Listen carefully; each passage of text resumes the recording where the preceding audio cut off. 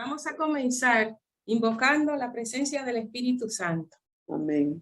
Agradeciendo al Instituto Nacional de Pastoral que haya abierto este espacio y que somos 40 personas, más de 40 personas. Ya Jesús comenzó con 12, así que nos ponemos en la presencia del Espíritu Santo para que el Señor nos inspire, nos conduzca, nos dé la gracia para vivir este espacio de comunión en este mes de septiembre, mes de la palabra. Ven, Espíritu Santo, llena los corazones de tus fieles y enciende en ellos el fuego sagrado de tu amor. Envía tu Espíritu y todo será creado y renovarás la faz de la tierra. Oh Dios, tú que has iluminado los corazones de tus fieles con la luz de tu Espíritu Santo, haz que guiado por ese mismo Espíritu saboreemos la dulzura del bien y gocemos siempre de tu divino consuelo. Por Jesucristo nuestro Señor. Amén. Y a la Virgen María, que supo guardar todas esas cosas buenas en su corazón, vamos a pedirle la intercesión en esta hora que vamos a durar aquí meditando su palabra. Dios te salve, María, llena eres de gracia. El Señor es contigo. Bendita eres entre todas las mujeres. Y bendito es el fruto de tu vientre, Jesús. Santa María, Madre de Dios, ruega por nosotros pecadores, ahora y en la hora de nuestra muerte. Amén. Gloria al Padre, y al Hijo, y al Espíritu Santo, como era en el principio, ahora y siempre, por los siglos de los siglos. Amén. Nuestra Señora de la Alta Gracia, ruega por nosotros. Bien, entonces le voy a pedir que por favor apaguen los micrófonos y yo voy a compartir pantalla. Me dejan saber si se ve bien todo ahí. ¿Se ve bien? Sí. Sí. Entonces ustedes ahora Sí. apagan los micrófonos que después vamos a dar un tiempito. Fíjese nuestra frase de motivación. María, la Madre de Dios, es para nosotros un modelo de acogida y docilidad a la palabra, porque supo conservar estas cosas meditándolas en su corazón. De todos los libros de la Biblia, nosotros tenemos un ejemplo en el libro de los Salmos. En el libro de los Salmos aparecen salmos acrósticos, que son salmos que se fueron haciendo con el alfabeto hebreo, con la didáctica de que las personas se aprendiesen eso de memoria. Por ejemplo, la cultura bíblica es una cultura campesina y mucha gente no sabía de letra. Entonces lo que la gente hacía era que memorizaba la palabra para poder, es una cultura auditiva. Entonces ellos iban rumiando esas palabras. Y este ejemplo mariano es muy bonito también porque nos invita a todos nosotros en lo cotidiano, cuando leemos una lectura bíblica, cuando leemos un pasaje del Evangelio, pues también poder rumiarla durante el día entero, poder conservar, en vez de uno estar dándole vuelta a otra cosa, como dice el Salmo 1, bienaventurado, dichosa la persona que vive rumiando la palabra de Dios de día y de noche. Entonces, ¿qué versículo me acompañaría a mí del Evangelio, por ejemplo? ¿Ves? Eso no evitaría algunos accidentes espirituales, como que uno lee el Evangelio en la mañana y a lo largo del día no se recuerda qué Evangelio fue que leyó. Y eso entonces no alimenta, ¿ves? No alimenta. Y esa es nuestra motivación para esta noche. Y vamos a ver el curso. Estos son los contenidos. Primero vamos a ver una introducción general a la lectura orante. Después vamos a describir los pasos. Son 4 pasos. y se subdividen, ¿ves? Esos 4 pasos nosotros los vamos a ver esta noche y Dios mediante vamos a intentar hacer un ejercicio práctico. El tema que vamos a tratar, el interés que tienen es que esas personas que están ahí conectadas puedan sumar a lo que ya tienen y puedan sumar algo, ¿verdad? Y que lo podamos hacer vida. No importa si es una gente o 3 gente o si son 1000 gente, lo importante es que alguien se pueda beneficiar y que esto se pueda compartir. Y que lo que yo voy a compartir también es fruto de fruto de la tradición eclesial. No es invento de uno, sino que lo que he hecho es una síntesis. ¿Ves? Entonces, estamos en la introducción general. Fíjense qué texto más hermoso de Isaías. Esto es un texto precioso que nos va iluminando nuestra introducción. Como baja la lluvia y la nieve de los cielos, baja la lluvia y la nieve de los cielos, y no vuelven allá sin haber empapado la tierra, sin haberla fecundado y haberla hecho germinar. Si ustedes se dan cuenta, lo que está en rojo es como la médula, es el fundamento, es Dios quien manda bajar la lluvia. Aquí nosotros tenemos el presupuesto, pero luego lo que está en azul cielo es como la misión que ella realiza en la tierra donde cae. No vuelven allá sin haberle empapado la tierra, sin haberla fecundado y haberla hecho germinar. Observen los verbos, empapar y fecundar. ¿Ves? Es interesante que no es un aguacero que cae sin permear, sin fecundar, sin penetrar, sin haberla hecho germinar. Entonces, para que dé simiente para sembrar y pan para comer. Mira qué interesante. Eso está muy hermoso porque aquí nosotros vemos que el objetivo es que llegue a dar pan para comer. ¿Ves? Pan para los otros, pan para nutrir, pan para saciar el hambre. ¿Ves? Entonces, esa imagen de la naturaleza la comparan con la palabra de Dios. Así es la palabra que sale de mi boca, así es la palabra. No retornará a mí de vacío, pues realizará lo que me he propuesto y será eficaz en lo que mande. Y cada uno de nosotros, que es ese terreno interior, se puede preguntar qué tanto colabora para que esa palabra dé fruto en ella. ¿Ves? ¿Qué tanto la palabra da fruto en mí? ¿Qué tanto permanece en mí? ¿Ves?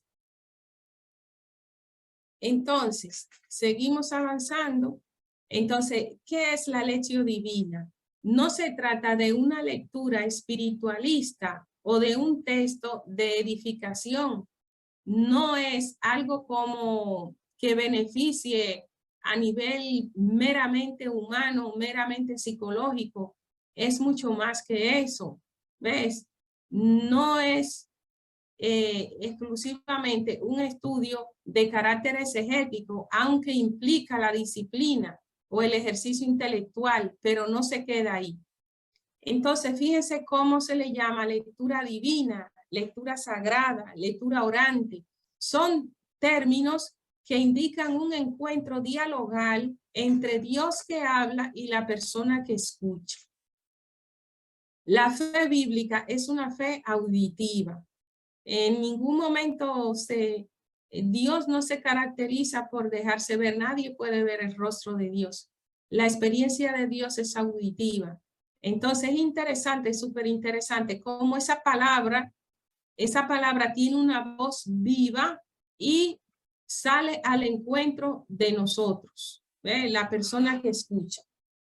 Al mismo tiempo, Dios escucha cuando la persona habla y se establece así entre ambos una comunicación marcada por el amor. ¿Ves? El Dios invisible, llevando por su amor, habla a los hombres y a las mujeres como amigos, invitándolos a la comunión con él. Es muy interesante, muy interesante, esa relación amistosa con Dios. Es interesante porque la Biblia no es una palabra muerta, es una palabra que tiene vida, que tiene espíritu, y que esa palabra sagrada sale el encuentro de mi persona, que también es sagrada. Y así como la Biblia tiene su historia, así mi vida también tiene una historia, y las dos se encuentran, y cada encuentro se torna único. Por eso, el mismo texto bíblico leído en comunidad de hermanos, a cada uno le dice algo diferente, porque es un misterio. Entonces, no existe una historia escrita sobre la lectio divina. Sin embargo, la Iglesia Católica, desde su origen, siempre ha leído la Biblia para profundizar en el misterio de Cristo y para discernir la voluntad de Dios en su misión. El Papa Francisco nos dice que en nuestra fe católica hay muchas devociones, pero la Biblia no es devoción, la Biblia es columna en nuestra fe.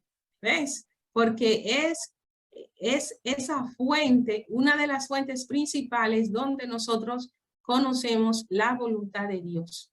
En la tradición apostólica, en la patrística y en la vida monástica, podemos encontrar significativas referencias. Desde los apóstoles traemos la imagen del camino de Maús, donde a los discípulos les ardía el corazón cuando Jesús le explicaba las escrituras. Y me hizo mucha gracia meditando este pasaje, cuando me pregunté, pero también a Jesús le ardió el corazón cuando sus discípulos le dijeron, quédate con nosotros, porque de una manera especial, el objetivo de la palabra es esa, que le lleguemos a decir al Señor, quédate con nosotros, ¿ves? Quédate con nosotros. Te necesitamos para la transformación de nuestro corazón. Quédate con nosotros. Ese es el objetivo. Ese manjar que se nos da, esa sustancia, esa vitamina, quédate con nosotros.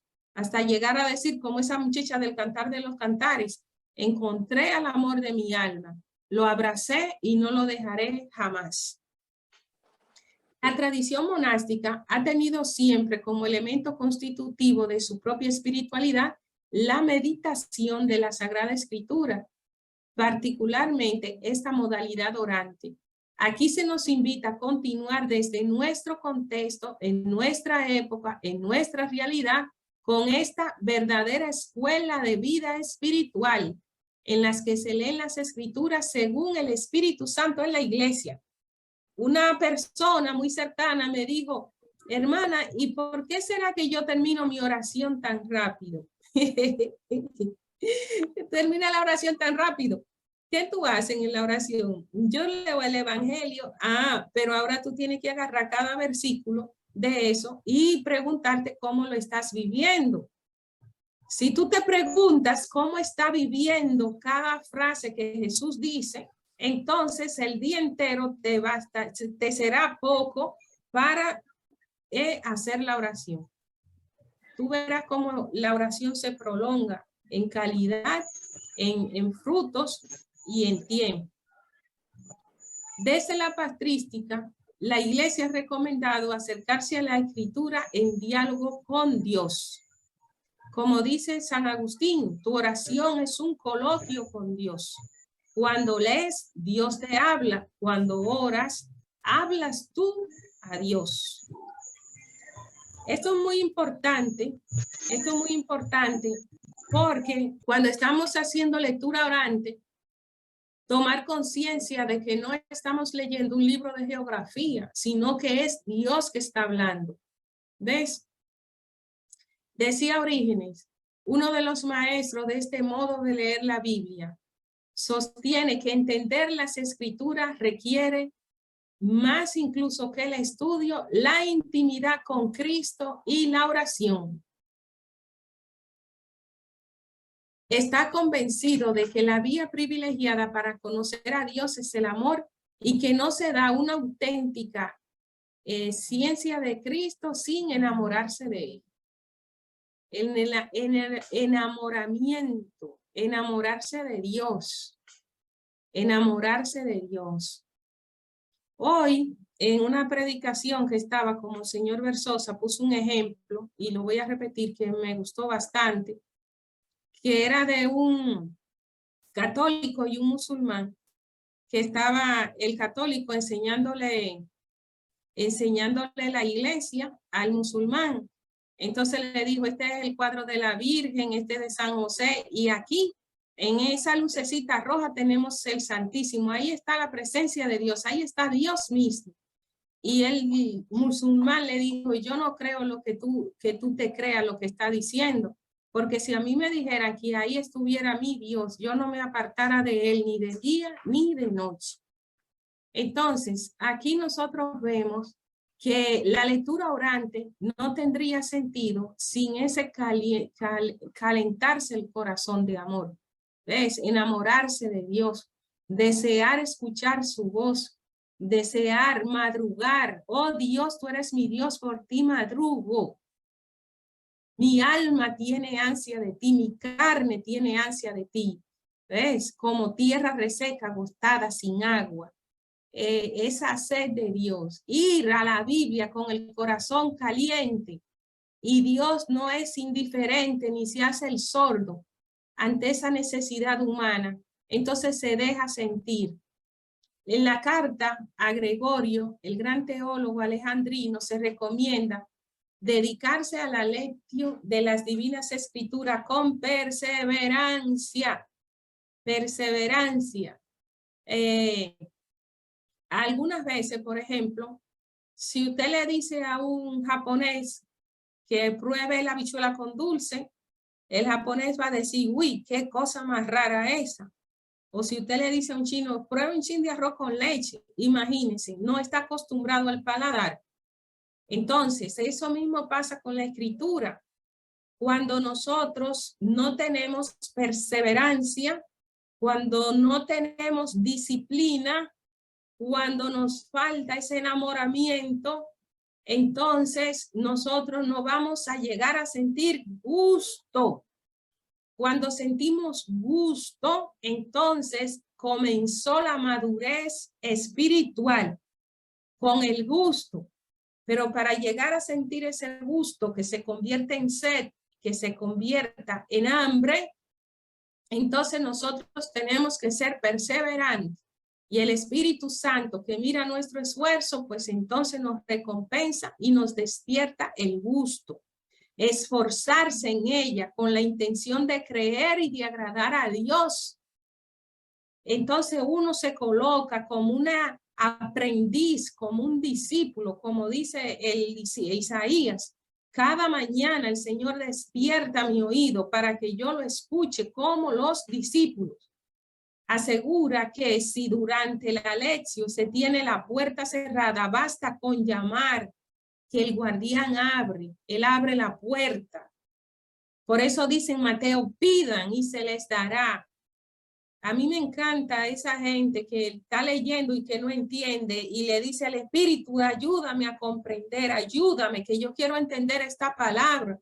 Dame luz, dame entendimiento, ábreme los ojos, que quiero ser fiel a tu palabra, dime. Entonces por eso se nos pide, pidan. No se dice pide y te daré, dice pidan en plural, porque a quien tú le pides tiene mucho para darte. Pidan y se les dará, busquen y hallarán, llamen y se le abrirán. ¿Ves? Pero uno tiene que saber qué es lo que está pidiendo, qué es lo que está buscando y en qué puerta está llamando. Porque todo el que pide recibe y el que busca halla y al que llama se le abrirá. Durante muchos años la propuesta de Lectio Divina sufrió crisis, pero a partir del siglo XX, con el renacimiento de la espiritualidad, entonces se comienza nuevamente a valorar en sus principales momentos la oración, fortaleciéndose en el siglo XXI con el magisterio del Papa Benedicto XVI, que recupera con fuerza ese ejercicio espiritual. A mí me encanta esa palabra de ejercicio, me encanta porque ejercicio, ejercitarse, ejercitarse. La fe se ejercita, nosotros nos vamos ejercitando. Si uno tiene una gracia y no la ejercita, ella se va debilitando, se va resecando.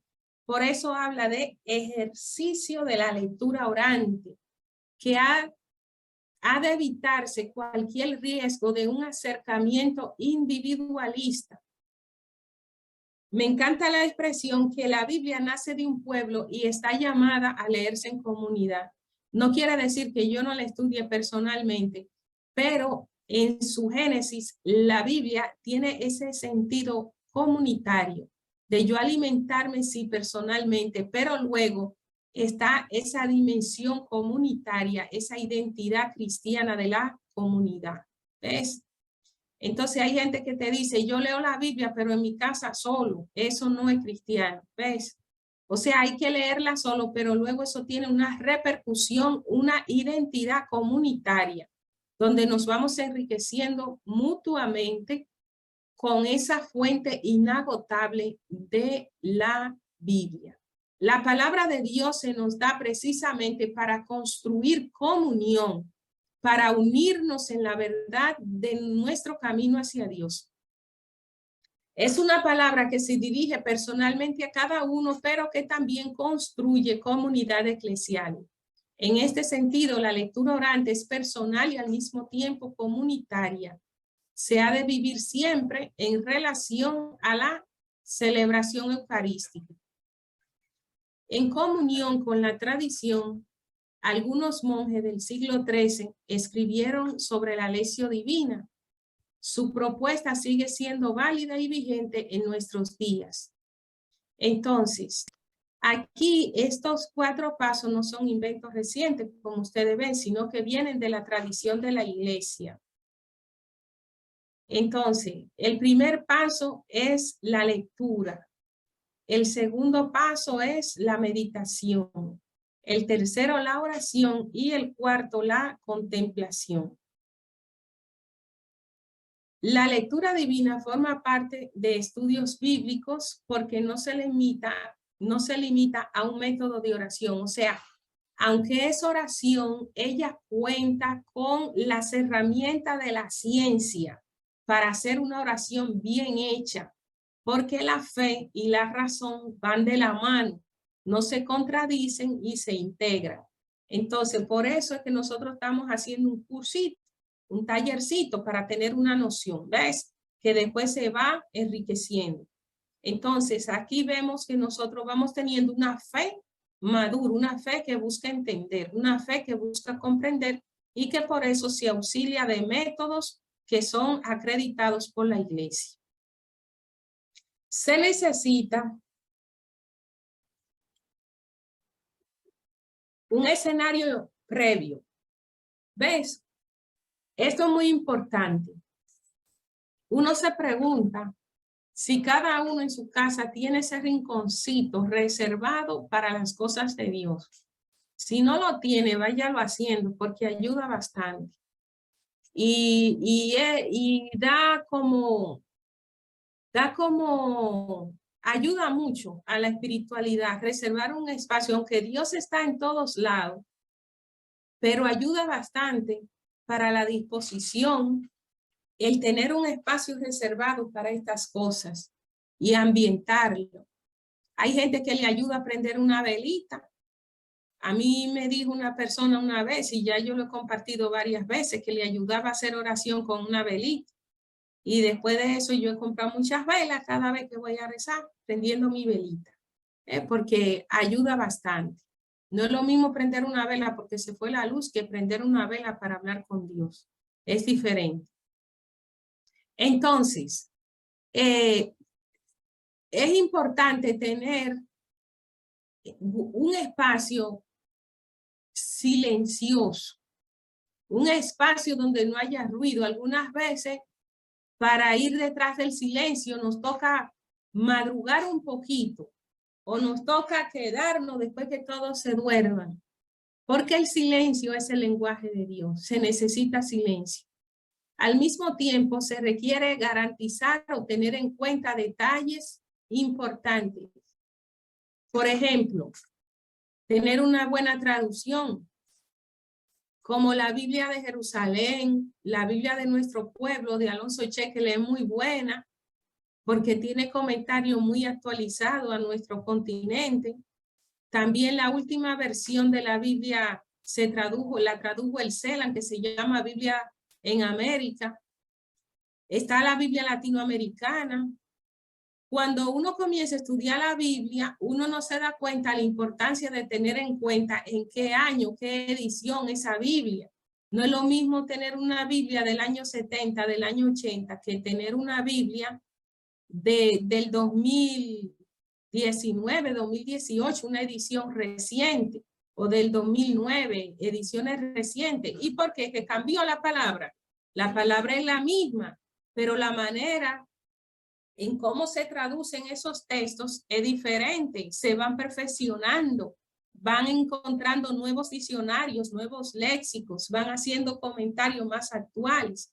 Entonces, por eso es importante mantener una Biblia con la que usted pueda ir consultando los estudios recientes, que vienen generalmente en nota a pie de página.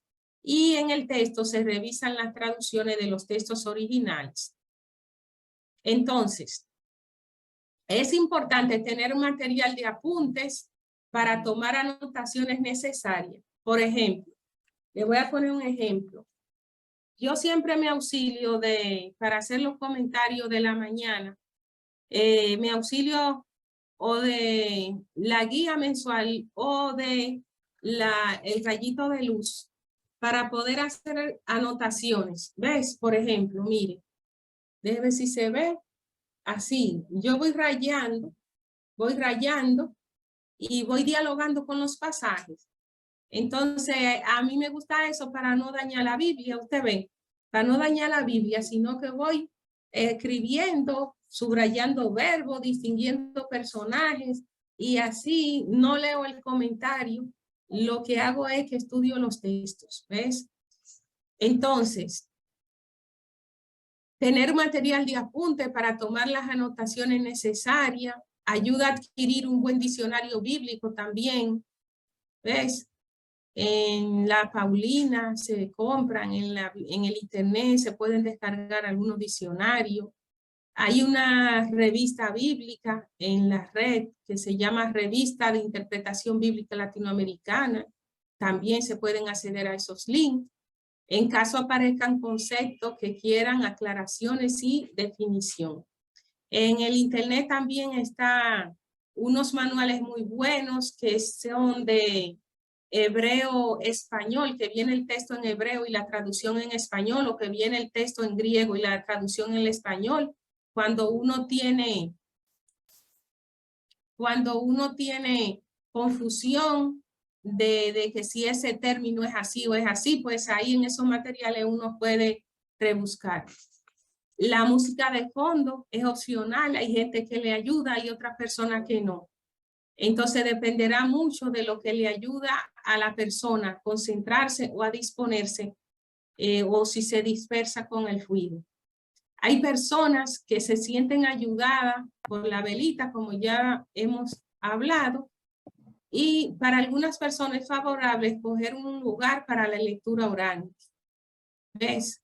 Entonces, ahora nos vamos a aproximar a la descripción de los pasos. Antes de seguir, me gustaría saber si vamos acompañando bien lo que estamos diciendo, porque como que me siento hablando sola.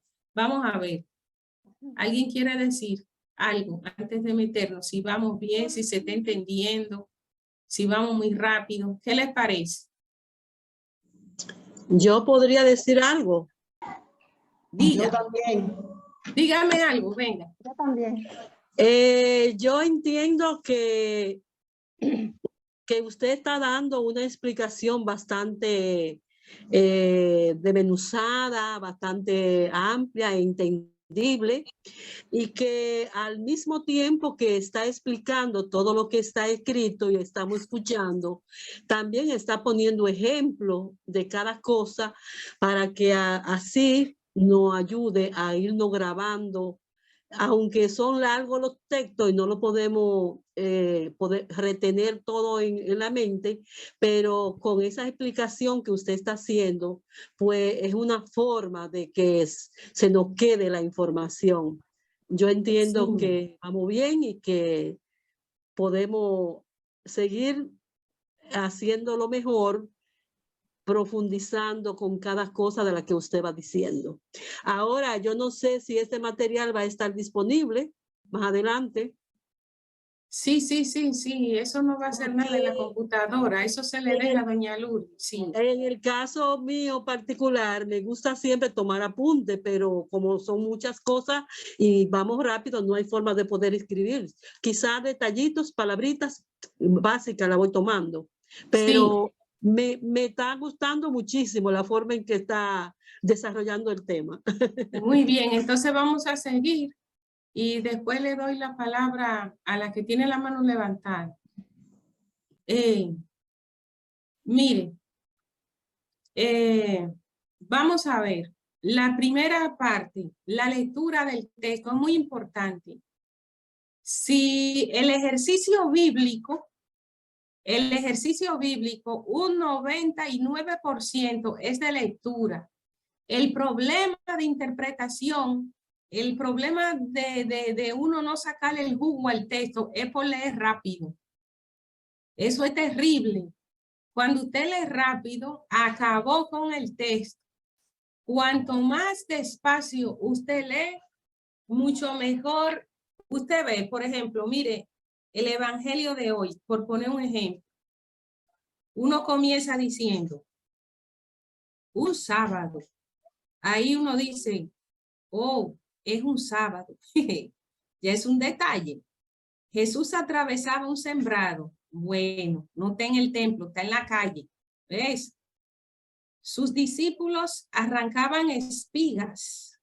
Oh, ¿ves? Entonces uno va como deteniéndose en cada detalle. Es muy importante la lectura pausada. ¿Ves? La lectura pausada. Aquí, antes de empezar la lectura, se hace necesario invocar al Espíritu Santo. Invocar al Espíritu Santo. ¿Por qué? Porque uno no entra con todo atento a su inteligencia. No, señor. Y eso, en la medida que uno va avanzando en la vida, en la medida que uno va madurando, uno se da cuenta que se hace cada vez más necesario. Uno no va con una prepotencia, ay, yo he hecho tanto curso, ya yo tengo tantos años bregando con esto. No, porque esa palabra cuando le da la gana se cierra y no dice nada.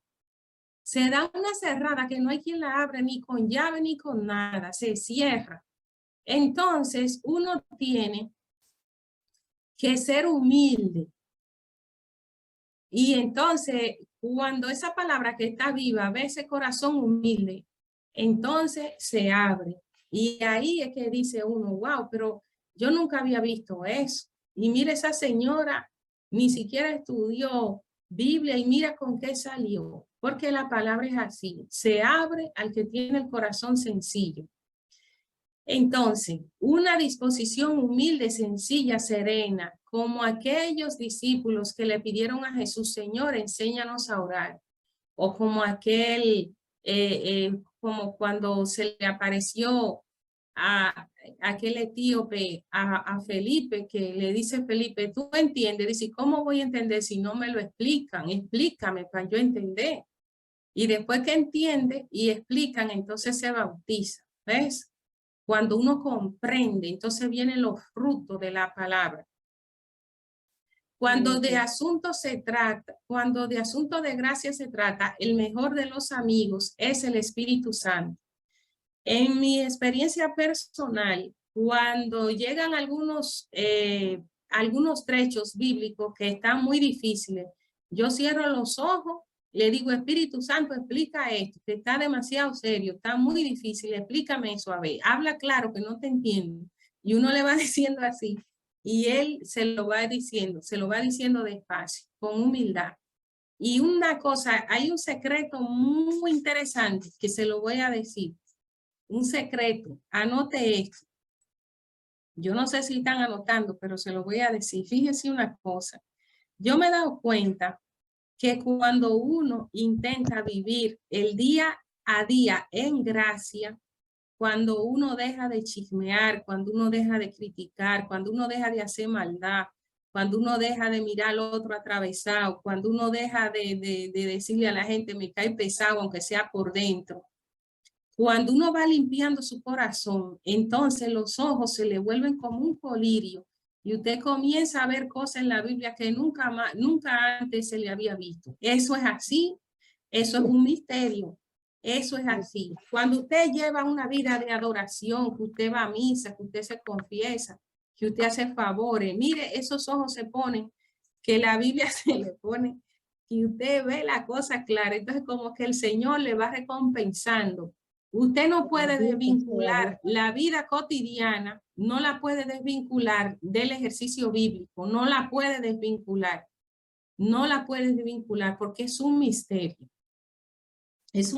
grande. Entonces, esa vida de conversión le permite a uno leer con los ojos nuevos. Tú ves, hay una cosa muy importante, una cosa que mata la lectura, la matadita a la lectura bíblica. ¿Usted sabe qué es eso? Cuando una persona dice, pero eso ya, ese texto, ya yo me lo sé. Entonces, uno tiene que dejarse sorprender por la palabra, dejarse sorprender por la palabra.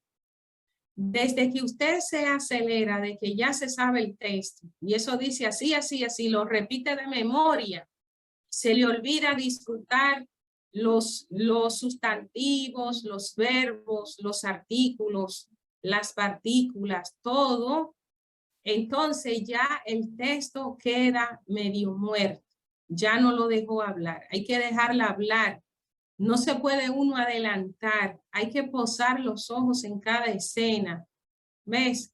Permitirle que se exprese como quiere hacerlo. Ha de leerse todas las veces que sean necesarias, sin prisa ni agobio, dando el tiempo con toda la dignidad posible.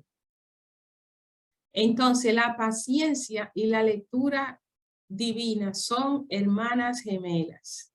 Entonces, fíjese cómo aquí hay una lista de todos los detalles que uno tiene que ver en el texto. Los verbos, los sustantivos, los personajes, los lugares.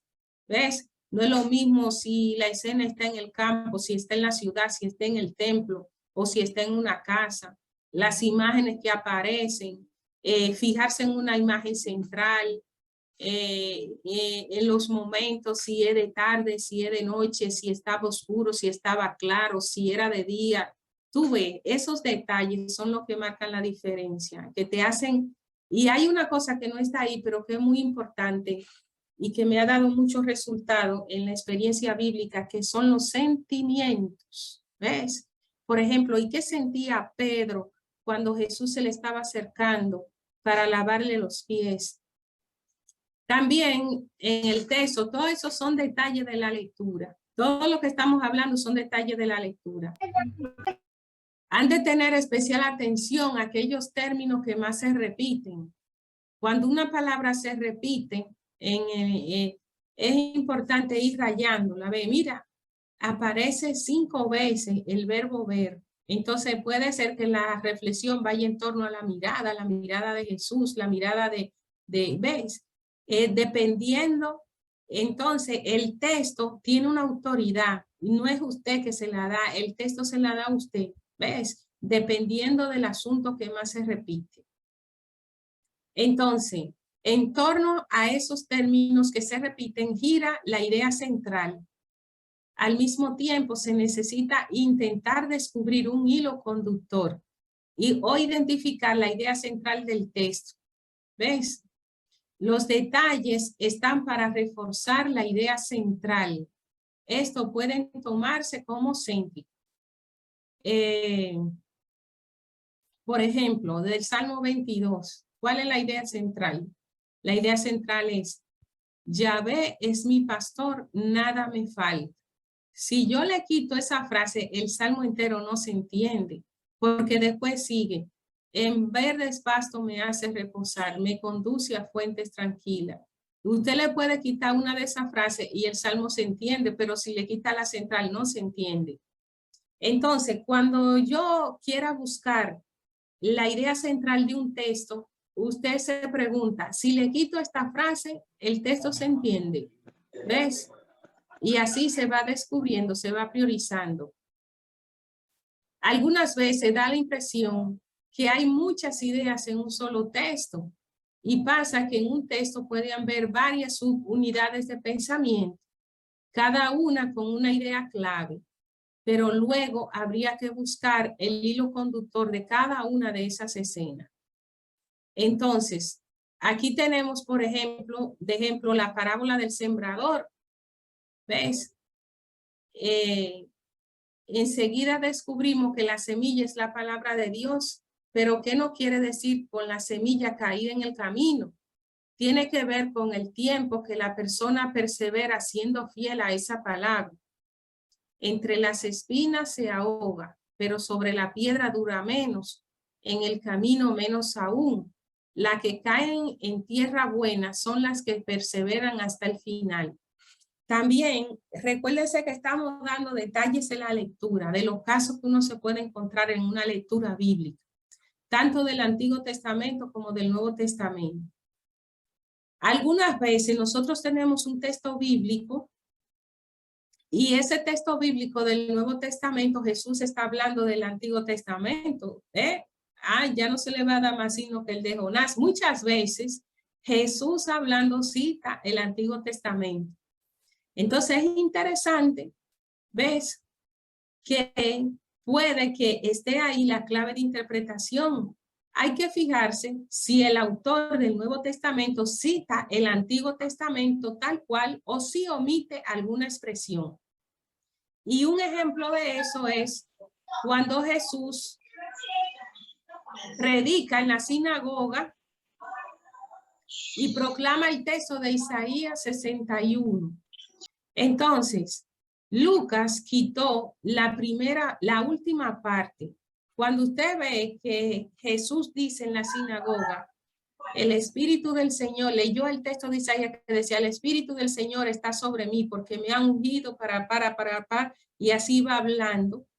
Cuando usted va y busca ese pasaje, porque generalmente aparece en paralelo en la Biblia, cuando usted busca esa frase, usted se da cuenta que Jesús saltó una frase. ¿Ven? Él saltó la frase que decía, un año de la ira del Señor. Él le quitó eso, le quitó la parte de la ira porque ya estamos en otra teología. Estamos en tiempo de la misericordia. Entonces eso le da a usted mucho elemento para predicar. Le da mucho elemento para predicar. ¿Ves? Entonces nosotros cuando usted está leyendo el Nuevo Testamento y aparece una cita del Antiguo Testamento, es preferible que usted vaya ya al Antiguo Testamento y haga una comparación. ¿Por qué Jesús? ¿Será que se le olvidó o será que eso tiene algo que decir? Y así sucesivamente. ¿Ves? Eso es un ejercicio muy bonito. Por eso no se puede tener tanta prisa. En ese momento de la lectura, el momento de la lectura lleva mucho tiempo. Se busca entender el texto en su contexto literario. Aquí se colocan datos del evangelio, del texto escogido, que ayudan a comprender el texto. El texto que leemos no está aislado, es parte de una narración. Y aquí me detengo. Por ejemplo, usted lee un texto, ¿verdad? Y usted tiene que ver de ese pasaje que usted escoge, cuáles son los textos que están antes y cuáles están después. O sea, a usted le interesa un texto, pero ese texto no viene solo. Ese texto tiene textos que son sus vecinos. Entonces, si cogemos el Evangelio de Juan 8, donde habla de la mujer sorprendida en adulterio, si vemos lo que está antes, nos damos cuenta que a Jesús lo estaban buscando y que buscaban capturarlo con algo. Entonces ahí vamos a interpretar que el asunto central no es la mujer, sino la captura de Jesús. y así sucesivamente. También ese pasaje de lectura, ese momento de lectura nos invita a aproximarnos al contexto histórico del texto. Es útil considerar tener los datos de la geografía, toda la información que podamos leer sobre los lugares de la Biblia, las costumbres, la historia, que nos permitan introducirnos mejor en lo que nos cuenta la palabra de Dios. No es lo mismo cuando Jesús actúa en las afueras de Palestina que cuando lo hace en la zona del templo. Eso da unos detalles, unos matices muy significativos, ¿ves? No es lo mismo cuando Jesús no lo dejan pasar por la zona de Samaria que cuando Jesús está en otro, o cuando está en la zona de Tiro y Sidón, en la frontera. Entonces la geografía ayuda muchísimo tenerla en cuenta. A mí me llamó la atención un biblista que ya falleció, que se llamaba Pablo Richard, un biblista muy famoso en América Latina. Él decía, fíjense que cuando Jesús dice no se lo digan a nadie, está cerca del templo. No le ha llegado la hora. Y cerca del templo están los que le persiguen, ¿ves? Reconocer para qué fue escrito el texto. ¿Para qué fue escrito ese texto? Fue para consolar, para estimular a un cambio de vida, para motivar la oración. Hay que describir qué efecto quiso lograr el autor cuando transmitía el mensaje. ¿Qué es lo que estamos diciendo? Y para leer la Biblia hay que hacer todos esos pasos. Estamos en el primer paso. Lo único que estamos haciendo es levantando cuestiones para darnos cuenta que tenemos que leer despacio y que todos los detalles son importantes, que no tenemos que responder pregunta 1, pregunta 2, sino ir desarrollando sensibilidad que nos van a acompañar en silencio durante la lectura del texto. Importa tener en cuenta que el texto que hemos escogido, el texto escogido tiene una estructura o tiene diferentes escenas. En otras palabras, el texto tiene fotografías en un lenguaje más sencillo.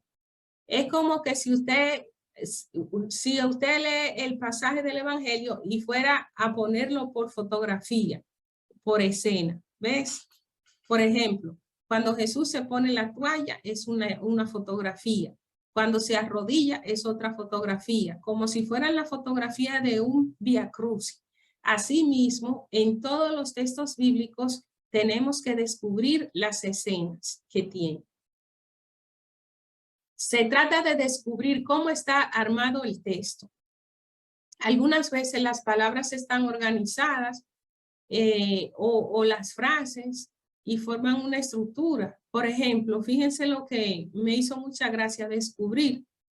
Las bienaventuranzas en Mateo, que habla de bienaventurados los pobres, los mansos, los que lloran, los que tienen hambre y sed de justicia. Y fíjense cómo la misericordia está en el medio. Ve, hay 4 bienaventuranzas antes y 4 después. ¿Ves?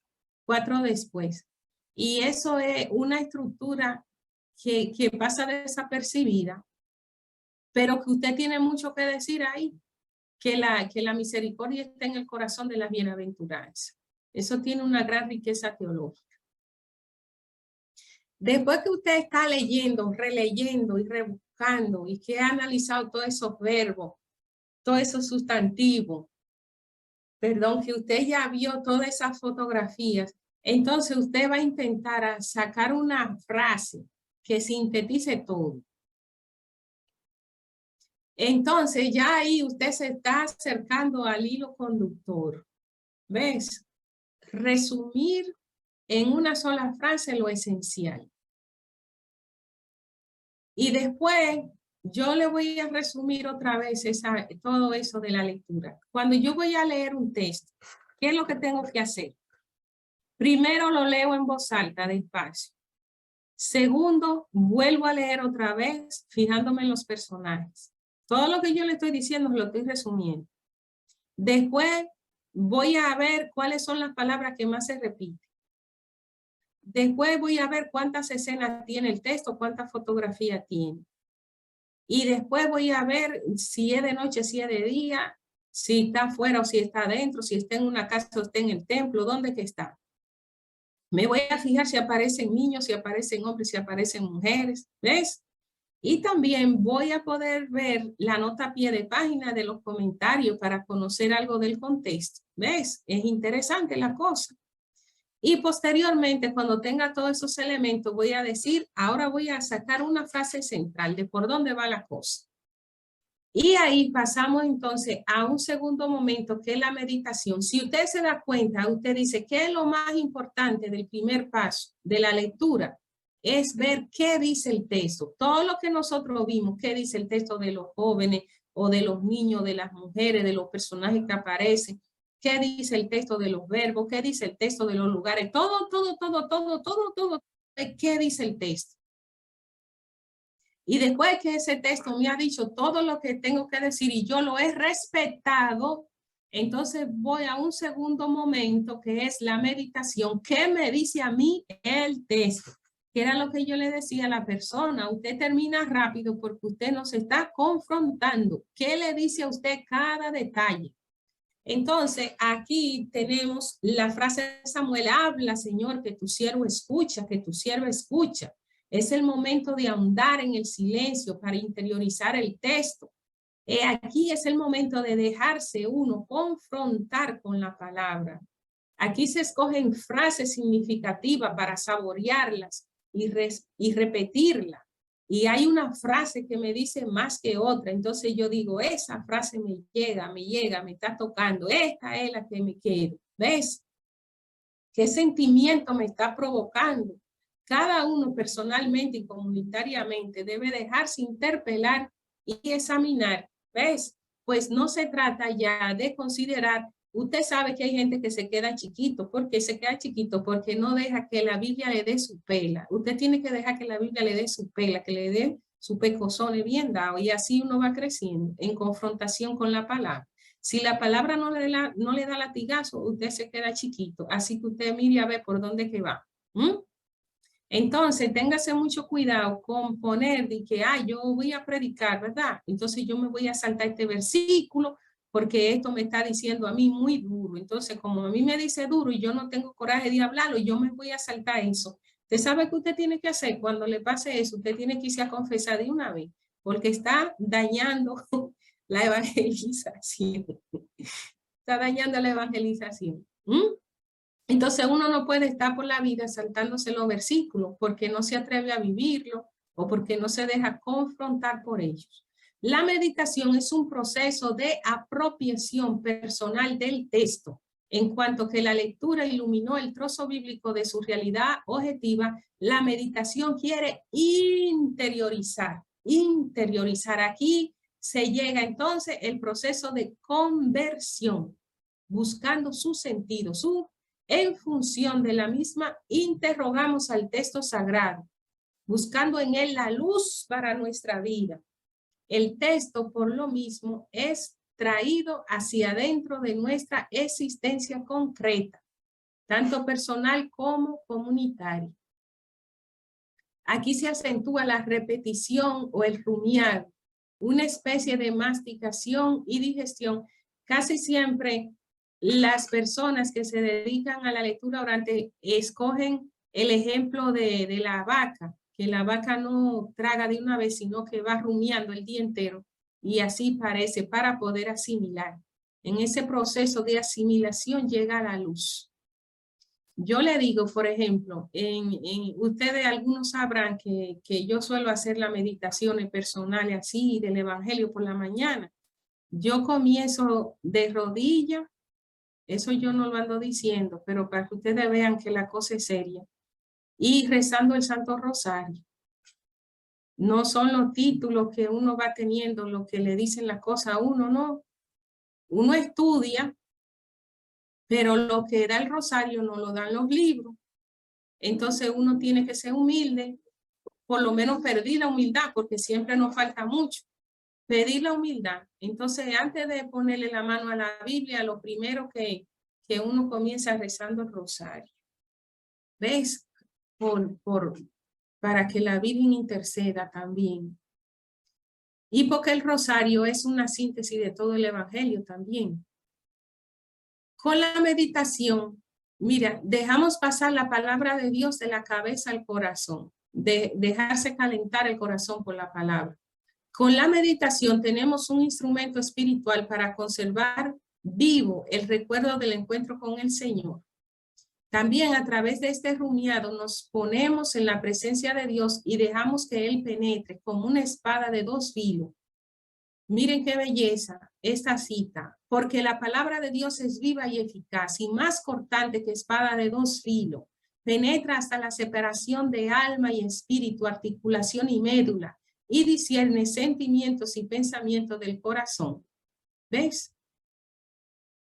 El tercer paso, entonces, es el momento de la oración. Una cosa es la meditación y otra cosa es la oración. La oración es, pero en el segundo paso era todo lo que la palabra me decía a mí. Ahora, ¿qué le digo yo a la palabra? Y ahí nosotros vamos haciendo esa oración, en ese diálogo. Él me habla y yo le respondo, Señor, ¿a quién vamos a ir? Tú tienes palabra de vida eterna, ¿ves? Nuevamente se vuelve sobre el texto. A cada paso es volver sobre el texto.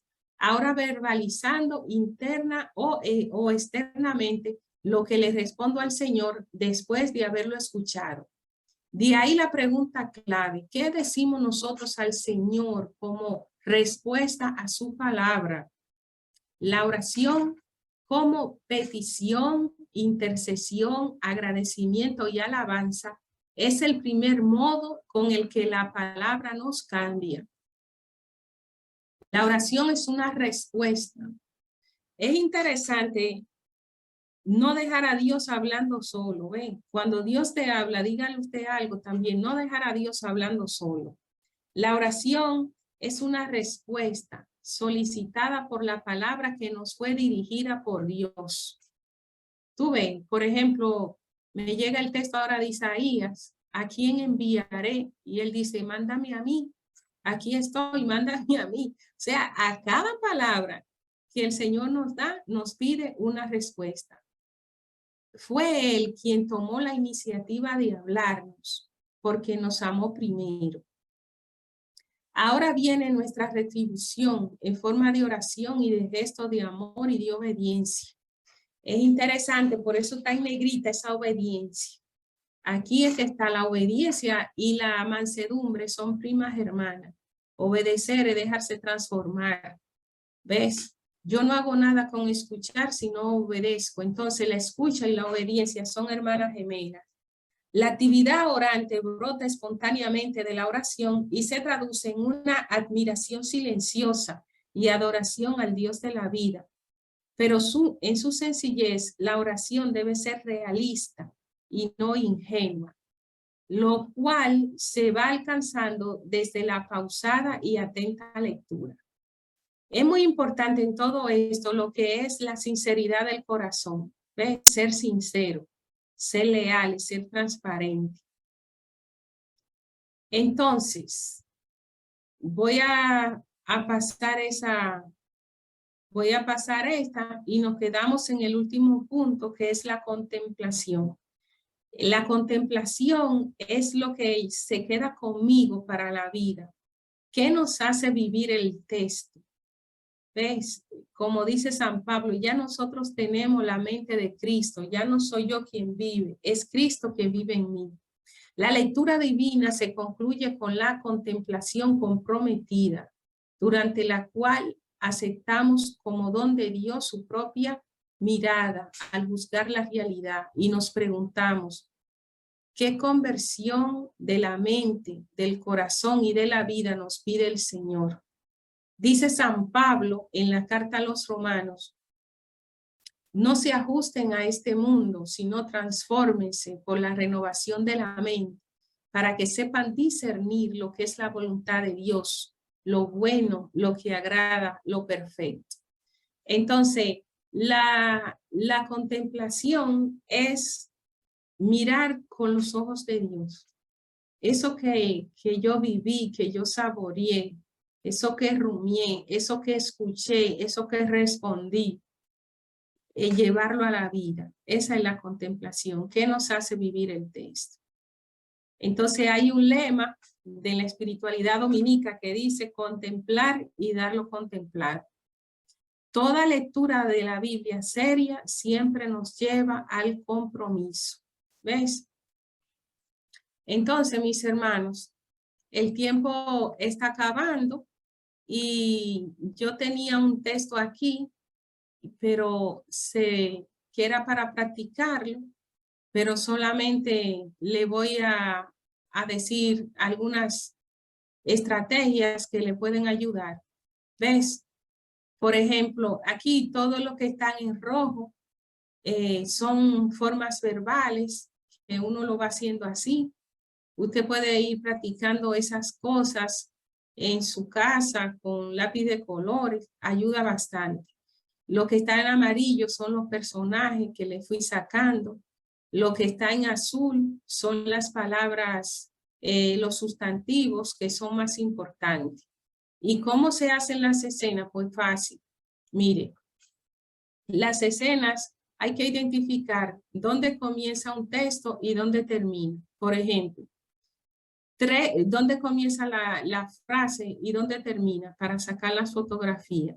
3 días después se celebraba una boda en Caná de Galilea y estaba allí la madre de Jesús. ¿Ves? Eso, y ahí le doy un enter. Ahí ya yo tengo la primera fotografía.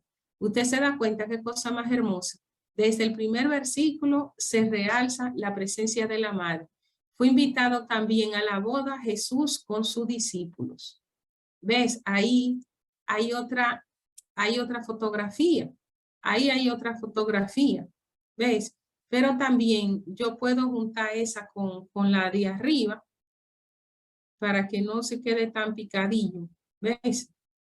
Entonces, y como faltar el vino, porque se había acabado el vino de la boda, le dice Jesús a su madre, no tienen vino.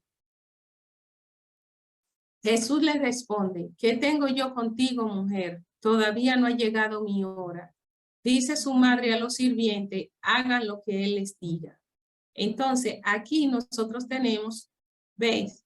Aquí nosotros tenemos otra fotografía, porque se concentra en esos versículos el diálogo de Jesús con su madre. Entonces, aquí viene otro episodio. Había allí 6 tinajas de piedra puestas para las purificaciones de los judíos de 2 o 3 medidas. Le dice Jesús, llenen las tinajas de agua. La llenaron hasta arriba. Sáquenlo ahora, les dice, y llévenlo, y ellos lo llevaron. Ven, aquí tenemos otra escena. Yo creo que eso está quedando bien claro, porque son los episodios que se van dando.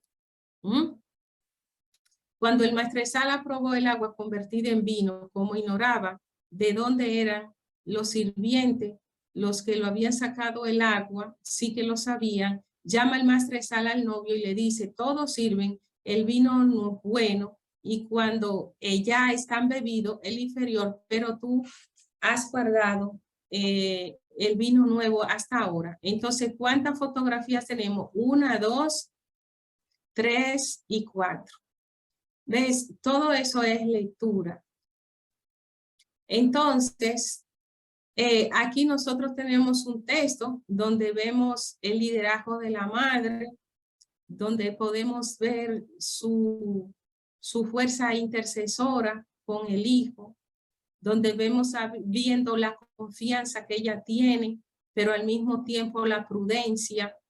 Vemos el liderazgo de María por los rincones, acelerando la hora para que Jesús actúe, porque a criterio de María, la hora llega con la necesidad de la gente, pero al mismo tiempo ella respeta y dice, hagan lo que Él les diga. Aquí vemos un liderazgo sinodal porque es participativo, se involucran los sirvientes también. Aquí vemos que integra lo antiguo, esas tinajas de piedra que pueden representar lo antiguo, en diálogo con esa nueva propuesta de Jesús. ¿Ves? La llenaron hasta arriba y llevaron el vino al maestresala. Esa agua es la antigua cultura judía y el vino es lo nuevo que trae Jesús. Entonces ahí nosotros le podemos sacar mucho provecho a esas imágenes porque nosotros somos esas tinajas, cómo están nuestras tinajas, si las tinajas están cuarteadas, si están agrietadas, cómo estamos portando el vino, cómo lo estamos sirviendo a los demás, ¿ves? Y así sucesivamente, mis hermanos.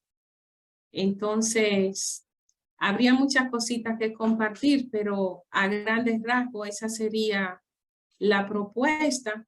El material se les deja con doña Lourdes y no sé si tienen alguna pregunta. ¿Qué les parece? Es muy rápido, ¿verdad? Yo quiero saber cómo yo puedo conseguir ese material. Yo vivo en un campo, pertenezco a la parroquia Nuestra Señora de Altagracia, Padre Freddy Reynoso. ¿Cómo puedo yo conseguir ese material, por favor? Buenas noches, Dios le bendiga. Sí, buenas noches. Yo tengo ese material, yo se lo mandé a doña Lourdes, que es la secretaria del Instituto de Pastoral. Yo se lo mandé allá y también me parece que lo van a poner en el internet, ahí en el programa. Sí, Ángela, el material yo lo puedo poner en todos los grupos donde se puso la promo para el taller. Exacto, y los sí. que fueron convocados por esos grupos donde llegó, pues harán lo mismo, esos grupos lo van a reenviar. De igual manera, como usted dice, terminado el taller, se va a editar este video y se sube al canal de YouTube. Sí. Me gustaría escuchar alguna reacción, alguna pregunta, algún comentario, ¿verdad? Para uno no tener una idea de cómo fue la cosa. Sí. Sí, aunque sea breve, así, una frasecita de algo que haya quedado. Por aquí, si se puede, buenas noches. Sí, buenas noches. Bendiciones, Dios le bendiga. Muy Bendiciones. excelente está este tema, muy interesante para nosotros llevarlo a la práctica y todos los días mejorar nuestra práctica. Muchas gracias, felicitaciones. Bueno, gracias. Aquí veo a Mapi, que tiene Mapi y después de él. Buenas noches, bendiciones para usted. Bendiciones. Muy importante este taller, muy importante, de suma importancia.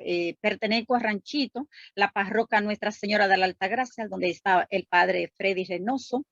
La felicito por ese taller, porque aprendí, no le voy a decir aprendí todo, pero algo se me quedó en la cabeza. Muchas felicitaciones para usted. Dios me la bendiga grandemente. Gracias. Okay.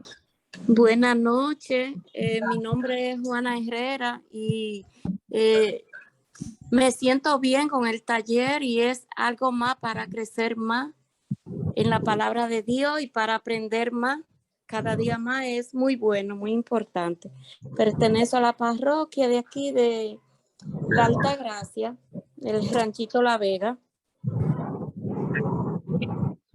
Entonces, Ashley. Buenas noches. Yo quería saber si usted recomienda algún tiempo específico o promedio para la meditación con la lección divina. Sí, puede ser en un tiempo específico. No, cuando usted puede sacar, cuando usted tenga un tiempito así, según el horario de su trabajo y eso, es muy importante si pudieran en la mañana, porque así usted va iluminada en el día, la palabra la va conduciendo, ¿ves? que faltan algunos nombres ahí que no se entiende, que tienen la manito levantada, pero no se le ve el nombre. Buenas noches, mi nombre es Teresa. No tenía el Zoom descargado y por eso ya rápido no pude configurar. Pero sí me pareció muy interesante lo que fue el taller. Inclusive he anotado algunas estrategias que puedo llevar hasta a mis clases de formación integral humana y religiosa. Muy bien, sí. Gracias por el taller y por las informaciones que fueron muy precisas. Gracias a ustedes. Entonces, le damos las gracias al Instituto Nacional de Pastoral y a cada uno de ustedes por este tiempo. Ya llevamos 1 hora y 16 minutos. Así que buenas noches y que nos acerquemos mucho, mucho, mucho a la palabra en este mes de septiembre y siempre. Un grande abrazo y buen descanso. Gracias, doña Lourdes. Buenas noches. Gracias a usted, Ángela.